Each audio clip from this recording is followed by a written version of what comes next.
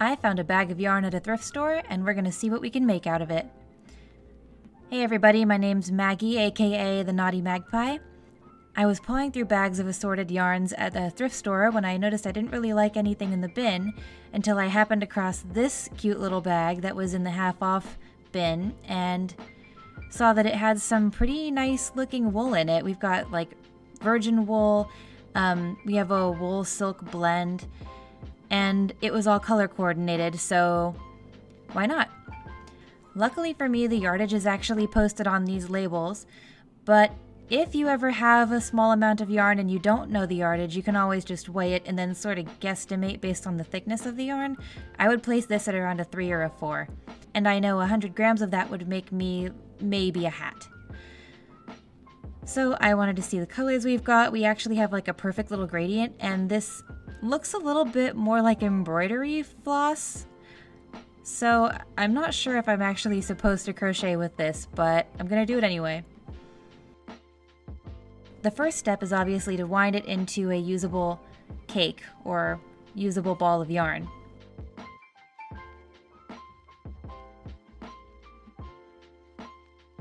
My Yarn Swift and Cake Winder are probably the most useful crocheting tools I've ever bought aside from my hooks. Especially if you work with hand-dyed yarn or any sort of like luxury yarns that you get in a hank, these things are pretty invaluable, so I'm just going to wind all of these up and then we'll worry about what we're going to do with them.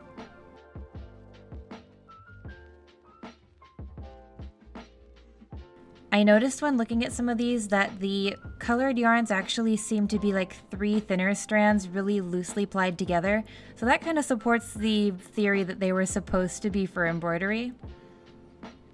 But I'm just going to keep the yarns plied together because I don't feel like working with a sock weight or a lace weight yarn. I'm tying all the individual little skeins of yarn together because I don't really want to have to start and stop once I'm going, especially if the skeins are this short to begin with. Now is about as good of a time as any to talk about the funny thing that happened on the way to the thrift store, because I was stopped at a red light and someone else pulled up next to me at the red light with their windows down and they were blasting some sort of bassy music.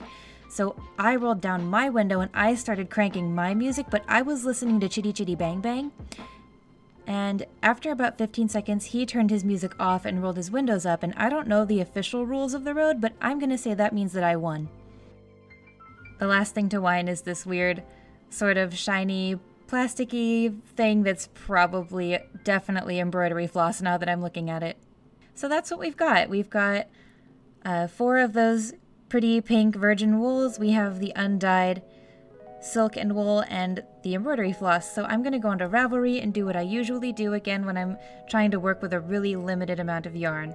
I just went to the pattern page, I narrowed down the search by crochet, and then I narrow down by the amount of yardage I have. With this, I worked it out to be about 108 yards from what I could read off of the labels and what I weighed.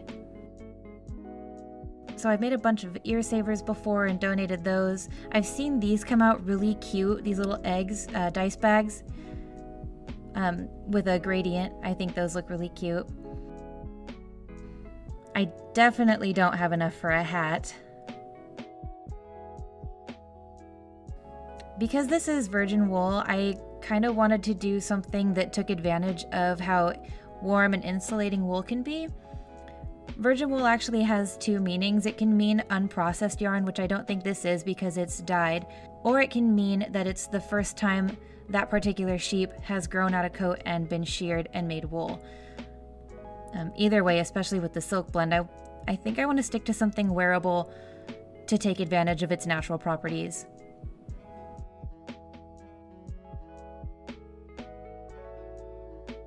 Okay, this might be a really good idea because wrist warmers you can make infinitely. So if you have a limited amount, you can just keep working rows on the wrists until you run out of yarn. You don't need to fit a certain number of inches for it to be a complete project. So we're gonna put a big pin in that one. So whenever I need stitches, I go to my Crochet Stitches board because I have a Pinterest that has like 10 or 12 separate boards that are all really specific things in crochet. So every time I see cute stitches that I can use, I'll pin them to my stitches board. And the nice thing about having a board like this is that if you're like me and you like to personalize your patterns and swap out stitches, you can always just look at here for inspiration. And of course, I'll put a link to my Pinterest in the description in case you want to look at my Crochet Stitches board. Oh, but the Alpine Stitch is really hard to beat. I go back to this stitch all the time, but I've never actually used it to make a gradient before. I use this stitch a lot with things like variegated yarn and speckles because the texture is just interesting enough that it really complements an interesting yarn, but it doesn't look too busy or distracting. So I think I'm gonna try this out, make some wrist warmers using the Alpine Stitch, and hopefully get a cute pink gradient. I'm gonna use my 5mm H hook. These are my hand-painted hooks and a case I sewed for them last year. And the first thing I'm gonna do is I'm gonna make a ribbed hem for the finger edge of it.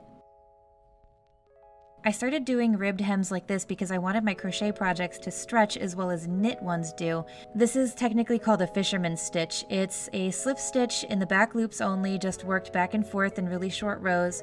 And then once you have a nice long row of this, you fold it into a loop, you stitch the loop closed, and then you work your rows into the valley between your every other row of slip stitches. And this means that you get a really comfortable ease of fit, which is sometimes kind of hard to find in crochet. But I think that if people say that crochet is too stiff or it isn't elastic enough, I think they're either using the wrong stitches or they're not using a large enough hook size for their yarn. If you go up a hook size for your yarn, you're going to have a better drape of fit in your fabric. And part of freehanding and making personal patterns and all that is just about experimenting and caring more about what the finished product looks like and feels like than what is conventional crochet wisdom, which might be every time you have a weight for a yarn, you have to use a 5mm hook. Well, says who?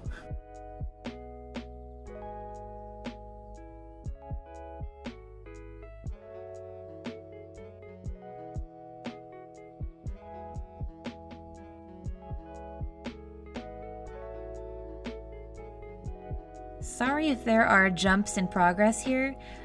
I apparently still don't know how to use my phone to its fullest capabilities, so I was running out of memory the entire time I was trying to record this. My plan is to keep working back and forth between the wrist warmers so that I can keep track of how much yarn I'm using. I'm not really going to weigh anything out or measure anything. I'm just going to go and use up what I think is about half of each amount of color that I have, and then I'm going to move to the other wrist warmer and use up the rest.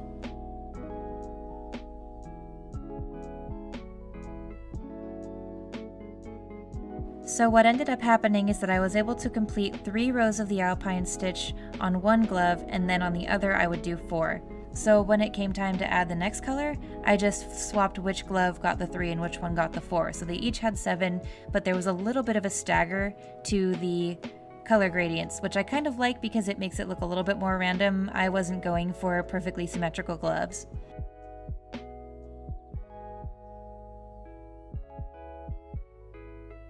To make the thumb hole, I just chained a few stitches and skipped over that many stitches, and I didn't really bother with shaping or anything. I just was content to have 2 tube-shaped wrist warmers, which each had a thumb hole.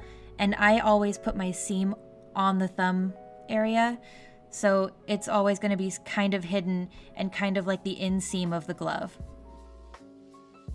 I also only ever chain 2 whenever I'm working in a double crochet row. To me, I've always thought that 3 chains was too many and it makes a little bit of a gap, and I don't like seeing it.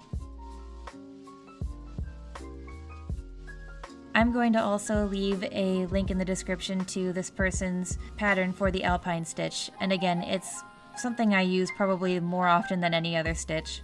It's just alternating double crochet and front post double crochet and staggering them across every row.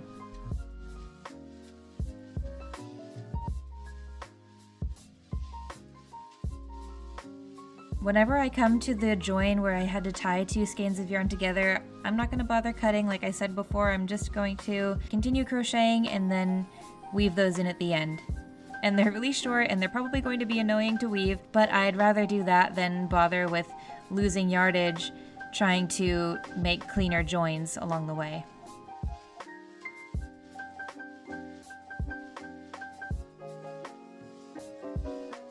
So this took a couple of nights of just on and off crocheting, but it actually worked out pretty well. At this point I just let the gradient appear. I was really liking the colors. I was liking how fuzzy and fluffy and thick the fabric was. This was working out pretty well. Then I decided to add a ribbing along the wrist hem as well, so I used the black embroidery floss kind of thing for that. By the way, this is how I add stretchy ribbing to something without having to sew it on. I basically attach my yarn, I chain, in this case I chained 6, and then I single crocheted down one side, slip stitched into the next 2 stitches, turned and single crocheted into the back loops only, back up my row of the ribbing. When you do this all the way around, you get a nice stretchy hem. And the nice thing about my phone running out of memory is now the reveal gets to be a surprise. So off camera, I wove in all the tails of my yarn and cut everything down and finished it and made it all nice. And here's what we ended up with. I love these. I love these, especially as $2 random bag of thrift store yarn arm warmers. I think the gradient came out so cute. I think the Alpine Stitch was perfect for blending the colors of the gradient, so you get kind of like a subtle effect going on. And they just look girly and fuzzy, and I'm so mad that we're in the middle of a heat wave because I love them and I want to wear them. So yeah, don't be afraid to just get yarn and try things out and explore new stitches and freehand things and just figure it out as you go. Hope you guys enjoyed this, and I will see you next time I have a random project idea.